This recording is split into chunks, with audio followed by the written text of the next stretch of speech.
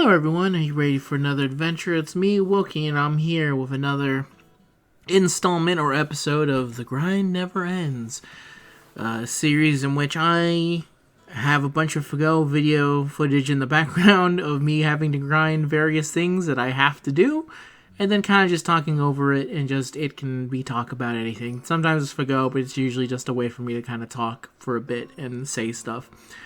And for today, what is the grinding that needs to be done? It is advanced quests. Now, funny enough, I originally did record an entire episode that it's not going up, because in it was, first of all, not long enough, and two, it was filled with things of me going like, oh man, yeah, I'm gonna grind these advanced quests. I don't know if it'll even take me 30 minutes to get done all of them, because I have around 30 advanced quests that I need to grind.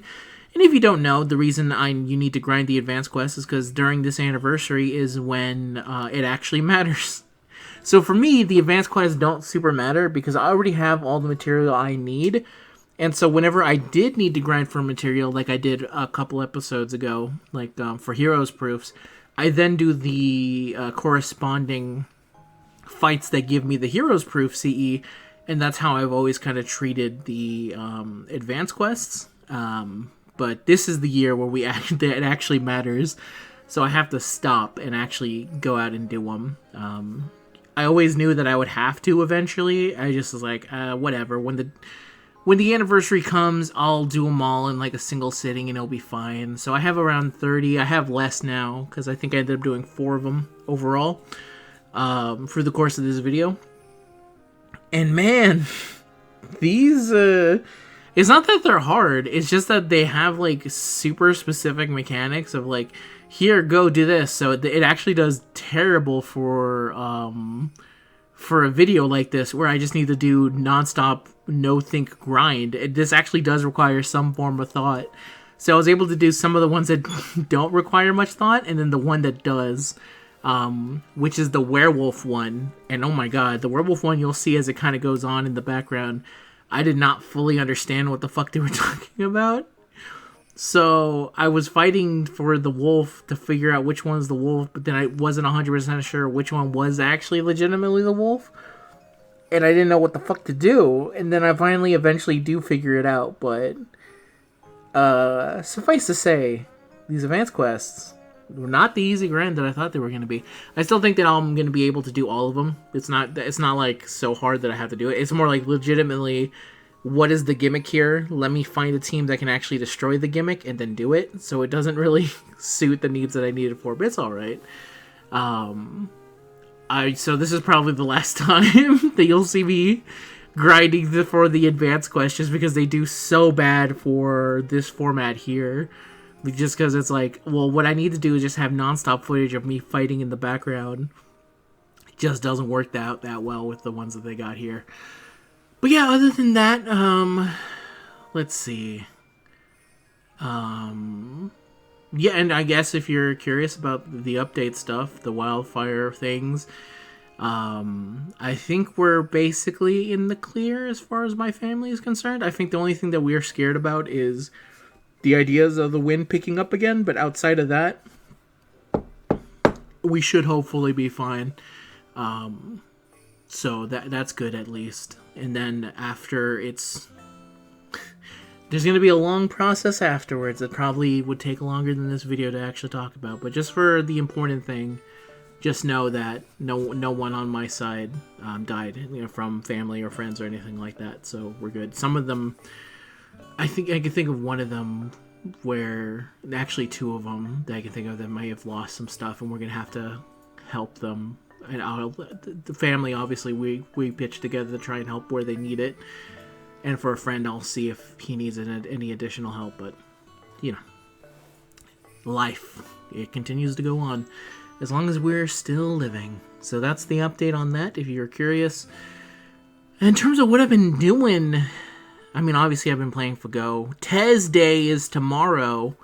The Nemo banner ended today, and there is no news except for the date of the maintenance, which I knew was already going to be coming up, because I was like, I already know that this is coming up, so don't even worry about it.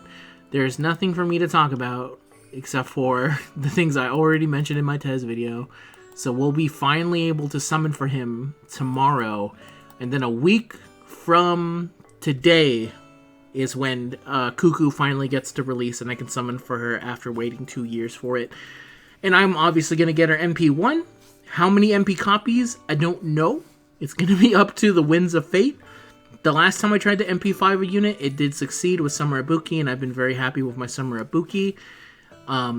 St. Quartz is a different beast, I feel like. I don't know why, but I feel like it's different. Probably because it hurts more when it's St. Quartz compared to tickets. When it's tickets, you know that you grinded them all. As someone who has done 300 tickets worth of summons before in the past. At least to me, with the tickets, it's like, well, whatever. I got these tickets, and whatever thing I got, it means I didn't have to pay for them in any kind of specific way. But there are going to be some paid quartz inside of my giant pile that I have now, so... And I saved a lot of St. Quartz too, and then afterwards I still have more to summon on. I still do plan to summon for Tez, for example.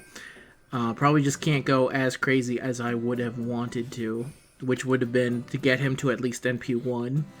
That would be my ideal, actually, is to get him NP1 and Cuckoo NP5, and then just kind of be happy with that from that point on, and then kind of use Tez as an excuse for Assassin, because I don't really need any other Assassin, especially after JP buffed Kama and gave her the most craziest fucking buff imaginable.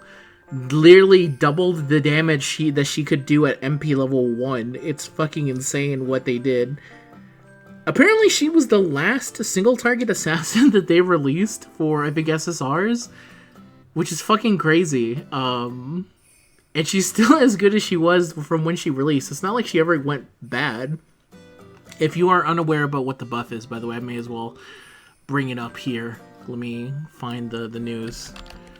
I can't give the exact numbers on it, but basically she got 150% bonus against Charm. So her Noble Phantasm went from rank C to rank B. So now it has an 80% chance of Charmdom, and that activates first. Then deals 1 damage to an enemy, and then deals 150% extra damage if they're in the Charm status, which makes her absolutely insane. And then she still has the increase to Quick Performance for 3 turns, which activates first. So doing some absolute nutty damage on her.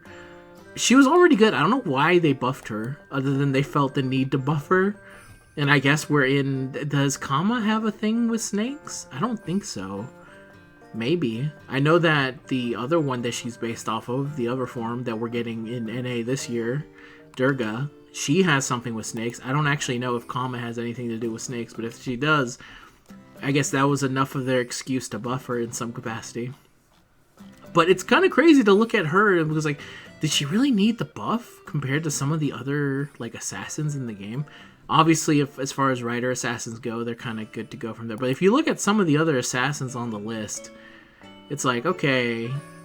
And I guess if you want to keep it specific and say they only wanted to buff a single target, then you got Kojiro, you got Hassan of the Cursed Arms, you got Sanson. I think Phantom of the Opera is single target. He might be single target. Let me check. No, he's actually AoE. Jack the Ripper. They could have buffed Jack, to be honest. Why the fuck didn't they buff Jack? I mean, she wouldn't have fit for the event, but my girl Jack has all her skills from the base game. The only thing they've ever buffed for her is her Noble Phantasm, which is nice, but all it really did was increase the damage. Holy shit, they could have probably buffed Jack, to be honest with you. And then you look at some of the other ones. Carmilla could have used a buff. Mysterious Heroine X already has like 7,000 buffs. And I don't think that they want to push her outside of her niche, so fair enough. She doesn't get the buff. That's okay with me. Assassin Shiki's still good for when Emiya Assassin, maybe. King Hassan? Does King Hassan really need another buff? I would say maybe yes, especially after what they did with Kama. Maybe give him another buff. The first skill buff that he got, which was Abyss of Death, is really good. I guess he has had 2 of his skills buffed. Is it basically, do you want to buff that second skill? which is an increase to his debuff resistance and then recovery of HP, and then also increases defense and attack for 3 turns, and the defense is 1 turn. I don't know. It still seems pretty good. Maybe buff his Noble Phantasm would actually be alright. Because all it does right now is have the instant kill. So maybe that would be kind of what you do there. Is Yang Qing, is he single target? He is, but he's been getting some pretty decent buffs here. So yeah, I don't know. Chiome. She could definitely use some buffs. Yeah, she could use it. 2 of her skills still could be used for buffing, so I think that'd be good. I don't know. I'm not trying to say, like, it was a bad idea. Oh, at least Shu Wen would be pretty good for the buff. I'm not trying to say that be ungrateful for getting a super crazy buff.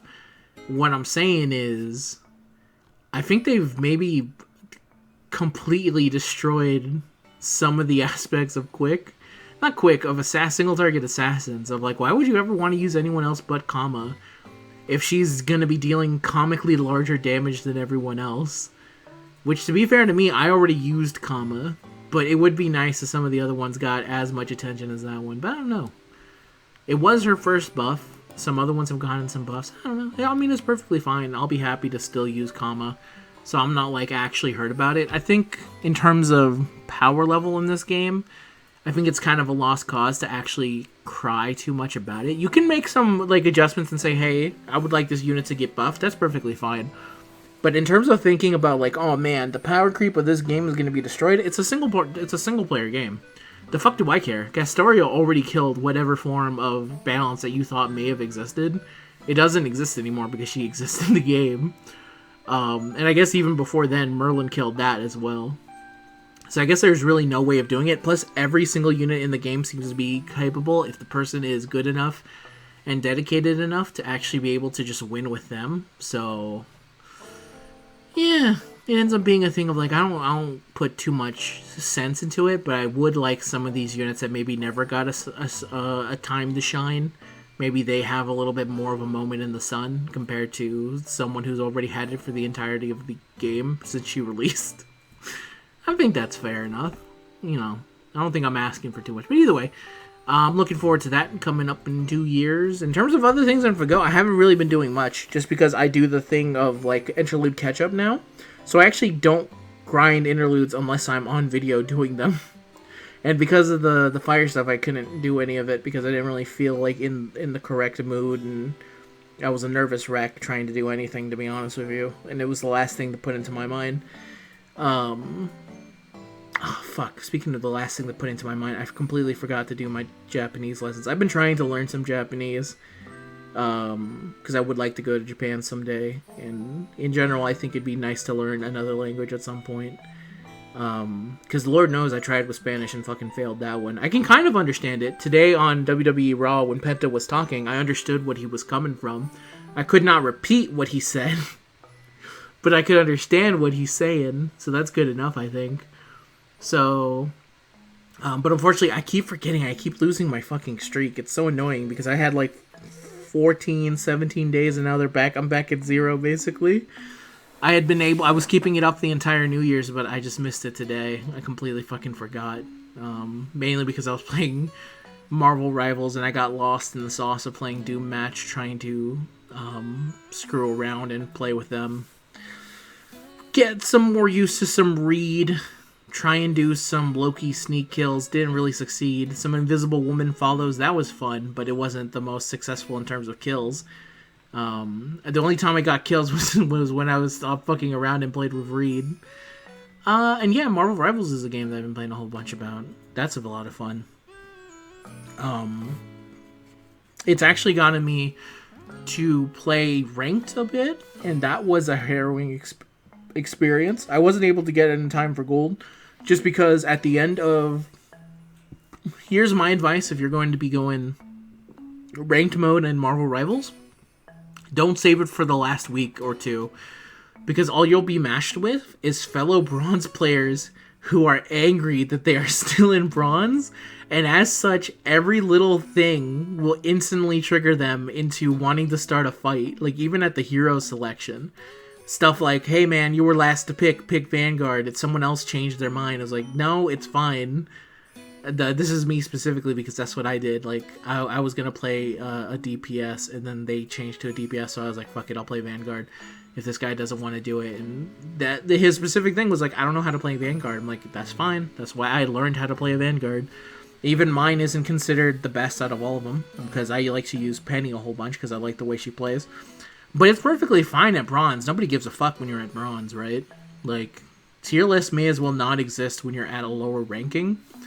At least that's what I feel like. When you're like that down low, like who the fuck cares that one character is clearly better than the other? That's what it reminds me of FGO a little bit in that kind of sense of like, oh yeah, if you're a new player, like yeah, of course you would love to have a lot of these characters that would help you grind it through it. But the real answer is, if you just select a friend's berserker, you chances are could mow through that story with absolutely anyone. Like, all those fights up until, I think, beating Solomon, I think I could do that, to be 100% real with you. Just going through it and, like, beating it that way. It's totally possible. So at the lower ranks, it doesn't matter all that much. So I can play Penny, and I can feel nice. I can go, it's spider time, kill mode. And I'm not really attack-focused one. I'm more a defensive-oriented one, so I'm not really... I feel more comfortable when there's another tank on the side of the field. Like, if there's a Doctor Strange or something, I'm like, okay, well, Strange is the legit tank. He can maybe maneuver us around a little bit, but other than that, yeah, it's a little bit of a lost cause with me in Vanguards. Like, I try and play Hulk, but I don't know. I feel like I'm too intimidating. That's the same reason. Not intimidated. I'm too intimidated to really do anything. That's why, even for DPS, I mainly try and go with Squirrel Girl, because I don't have to even look at the enemy. I just gotta shoot my balls of nuts and stuff at them. And that's usually good enough, right? As long as I do that, it should be no problem. Or so I thought, anyway. And then besides her, I also use a little bit of Reed, because I really like Mr. Fantastic. I think he's fun. He likes to screw around. I like to screw around with him. I think he actually has a really nicely designed kit that's also very unintuitive. If you're not actually paying attention, he's probably terrible for that. I think it's in a similar situation with Wolverine. When Wolverine was when the game first came out, and even during the beta, nobody really knew the purpose of Wolverine. But now people know. It's like, oh no, he's a tank killer, basically. He's the thing that stops a 3-tank setup, because he can just jump in there and get rid of the tank, and there's no issues here. Which is funny. It's just very funny. It almost makes me feel like I should try and learn it if I'm ever in a situation where it's like that and no one's playing Wolverine or something. But the problem is that usually when I'm on the team comp and I'm playing DPS, it's very rare for me to be actually playing as a DPS character. Who I'm usually playing as is a support for the most part. Like, if I was gonna say the actual breakdown of my time, it's probably around 60% I'm a support, and then 30% I'm a Vanguard, and then 10% I'm an actual DPS. Which is funny, because I actually did have a single game where we were stuck with 2 Vanguards and 4 healers. 4 specialists, and it was a nightmare. They just instantly just kept dying and dying and dying and dying, and they were healing us. There was no problem with the heals, but the problem is like that. What am I supposed to do? Like, I'm not really. I'm Penny. I'm not. I can shoot my beam as good as I can, but I cannot stop these dudes if they start coming for you. You're gonna have to be all on your own, unfortunately, for that bit. Because I can't really protect you when I'm that far, unless you stick like literally right by me, in which case yes, then I can protect you, but that's not what they like to do. They have to go out there and go with the other tank as well. So yeah, I've been playing a lot of Marvel Rivals, and I think that's a lot of fun. Trying to do some record things. I have some other video ideas that I still have to do, but it's also close to the end of January, and I don't know if it's worth doing still. Like some beginner ones that I promised to do for the beginning of January, but now I feel like it's too late. I don't know. Maybe I could still do it and be like, here you go. But I also think I've already seen someone else do it. But I guess this is the weird part of like when you make videos for stuff. or I guess content creator, if you want to put a disgusting word to it, because I don't really see myself as one of those. I see myself as someone who just makes videos. That's good enough for me. I don't think I generate content. I think I say jokingly I'm making hashtag content, but I don't actually believe it.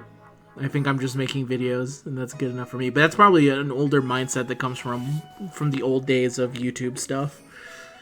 Which I've talked about with Zen before in the past, because Zen is the same way as me. We have, I think, problems saying specifically we like making content. We don't like making content. We like making videos.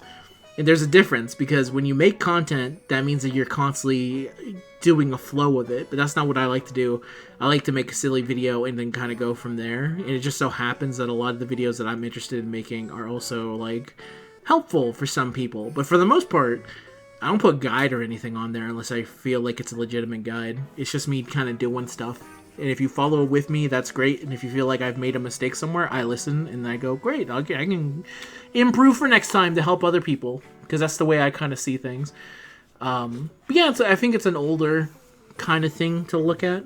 When you look at it, I guess, from the deep thing. Because we grew up from a time when the YouTubers of the past, I didn't really think of it as content. I thought of it as they were making videos and they were funny videos, and that was kind of good enough for me. I'm trying to think of, like, when's the first time I would consider someone was a legitimate, like, I guess, content creator? I don't know. I feel like that probably comes around a little bit more around my brother's time. But a lot of the people I end up watching, I think even the newer ones, they do say, like, oh yeah, I guess I'm a content creator or a YouTuber of sorts. They don't share the same kind of mindset I do unless they also kind of grew up in that specific era of stuff. Not to say there's anything... not to say that it was a better time. I'm just saying it's a different time. I realized this a little while ago because back in my day, you were able to find... You could find parts of movies all over YouTube. Someone would have uploaded in 11 parts the movie that you wish to see, and you could watch with your friends on a YouTube video through it. And you could do the same for anime, which is the famous, like, 1 out of 3. Naruto, you would find the first half in part 1, because back then there was a 10 to 15 minute limit on stuff, so you couldn't actually do crazy recording stuff, like the recording lengths. Like, for example, the long-ass fucking videos I make wouldn't be possible back then. Because I don't know why they eventually changed it. Maybe they eventually found enough money to make more bandwidth or something. I don't know. So you would find anime in parts. Like, you used to be able to find Naruto in parts, and that's how I was able to watch some of the Japanese dub. Some of it was on YouTube, and then at one point my sister actually just got a full bootleg DVD copies of Naruto, the Japanese version of it, and we watched it through there, which I was like, okay, cool, I'll watch the Japanese version. I was already watching the American version, and I had already been reading in Shonen Jump. Though, funny enough, I never knew the beginning of Naruto until they started broadcasting it in English, because when I started reading it in Jump, it was during the Zabuza arc, I want to say. Yeah, it was during the Zabuza arc, and I remember telling my friend as I was reading it, because back in the day, you used to be able to get big-ass Shonen Jumps in the paper form. And I would subscribe to it, and I would get it there, and that's how I also got a lot of older Yu-Gi-Oh cards as well. But I would always tell my friend, yo, you need to read Naruto, it's really, really good. Because I would let him borrow it, and I don't know what the fuck he would read, like maybe Yu-Gi-Oh? He liked Yu-Gi-Oh! Dragon Ball, maybe some of that, maybe some Yu Yu Hakusho on it if it was in it. I have honestly no idea what he was reading, but back when I would have it, I would read all of it. Whatever random manga they had in the Shonen Jump, I would read it that way. So I read Naruto, even though it was not from the start, and I was like, yo, you really need to check out Naruto. This shit is sick, I said in my middle school. When the fuck did Naruto dub release date? Would have been 2005? How fucking old was I back then? Calculator. 2005. Yes. There you go. Would have been 14, so I would have been in middle school. Yeah, that makes sense. Middle school or probably high school. I don't remember when the fuck. What age do you start high school in Japan? 14 would have been start of high school. Okay. So I was in high school and I was telling him, you need to read Naruto. This shit is pure gas. It's great. And he would go like, yeah, sure. And then eventually, the way I know that he was not listening to me is that the dub got to the part in the Zabuza arc where it looks like Sasuke dies. And my friend came up to me and he said, yo, you've seen ahead. Does Sasuke die? And I'm like, are you fucking serious? Bro, the Shonen Jump, he's on the fucking cover. He's on the cover of the goddamn magazine. He's not dead. He's about to go fight Gaara, I think is what I said, because I think that's where the point it was in the Shonen Jump, which is funny enough because I was ahead, but obviously it was still behind compared to where Japan was. But I was able to tell him, like, no, idiot, what the fuck are you talking about? Have you not been listening? I've been telling you to read this for so long, and you haven't been reading it? He's like, no. I'm like, all right then, fucking don't ask stupid questions. I give you the goddamn Shonen Jump for a reason. I was so angry at him because I very rarely, I think, actually tell people like, yo, you should check this out. At least I did back then. If I said it to him specifically, I said, yo, if I really did have to believe in it, to be like, no, you gotta check this out. It's really cool. Nowadays, I do it all the time with everything I do. I'm like, yo, I checked out this weird movie. I don't think it's for everyone, but you should also check it out. It's really good. Toxic Avenger 1, which a friend of mine is currently watching. Really good. You should watch Toxic Avenger. I hope that remake eventually comes out, because they said it's too gory and they can't find a distributor. I don't blame them, because that first Toxic Avenger movie also got in trouble because they thought it was a snuff film. Because there's a part in it where, okay, spoilers for the original Toxic Avenger, the first superhero to come out of New Jersey. Also, I think my cat Lucifer is fucking fighting something. He doesn't want to hear me talk about the Toxic Avenger. There's a part in it where a kid gets hit by a car, right? And so the bad guys, who are shitty teens, they hit him with the car and they go, oh man, what should we do? He's like, I know what to do. And he backs the car up and he runs the kid's head over. And they show you this. And from what I remember, they got in a real... Obviously, the way that they did the effect is that they filled the head with watermelon. And that's how they got away with being able to do it. That was always the thing they said that they did. But... when you have to remember that when this movie released, it was like 1986. They thought that they just legitimately killed a kid. They're like, no, man, you killed that fucking kid. And they're like, no, we didn't. We can prove it to you. We didn't kill anybody. It's okay. But they got in a lot of trouble for that shot, which I don't blame them. They really don't like it when you kill kids in movies, unless you're doing it as a way to be like, oh my god, that's so terrifying. Oh my god, it really says something about it. They don't like it when you just go like, I'm gonna kill this fucking kid. Which now that I'm saying this out loud, I feel like this is gonna get this video flagged in some kind of way. This is my pro tip to you. Don't kill kids. I don't think it's it's frowned upon. It's discouraged. Toxic Avenger 1. Great film. You should check it out. Kids die though. A lot of people die in horrific ways in Toxic Avenger. It's great. I love it. It's a trauma movie. If you don't know what trauma is trash. But it's like effective. It's like trash, but it's like trash that you go like, yeah, this is trash. You like it's you know it's not good for you, but there's an artistry behind it that makes you go like, yeah, man. Someone has to be doing something like this, and I'm glad that there's someone is. At least I think so. But that's a very old trauma movie, and a lot of those movies they make are basically Z grade. And yeah, I could talk about Toxic Avenger all day, but I'm getting pretty close to the point where I'm gonna have to start wrapping it up pretty soon here. So thank you very much, everyone. If you made it all the way to the end of this video, the legit FGO videos start up again tomorrow with Tez coming out. And I do have to catch up to the story and do some stuff like that, so I don't know if I'll go from there, but I'll probably have some other videos kind of planned to talk about. Some ones that I still need to finish that I was not able to finish beforehand. And work on some new ones as well. And get into the swing of things again. I was a little bit taken back by the fire stuff, but life continues on now as we try and move forward. And we'll see how that goes. But thank you very much for watching. I actually still have a minute left, so as we wait here for the end of it to go, I just want to say,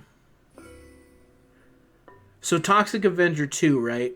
It's set in Japan. Really good movie. Not good in the sense of like, yo, Robert Ebert would give this 4 stars. No, he'd probably give it 0 stars because it's very crude. But he's in Japan, and he thinks his dad is a giant sumo wrestler. And it turns out he's like, oh, you're my son, Toxie. Even though Toxie does not look Japanese in any kind of sense of the word. And this is also where Sergeant Kabuki Man comes into play. What I'm trying to say here is that eventually they have a sumo off at the end between the Toxic Avenger and his Japanese father, who is revealed to be not his father. Which, this is the plot for Toxic Avenger 2, so you're probably thinking, I shouldn't see it. No. You should still watch Toxic Avenger 2, because the plot is only half of the adventure.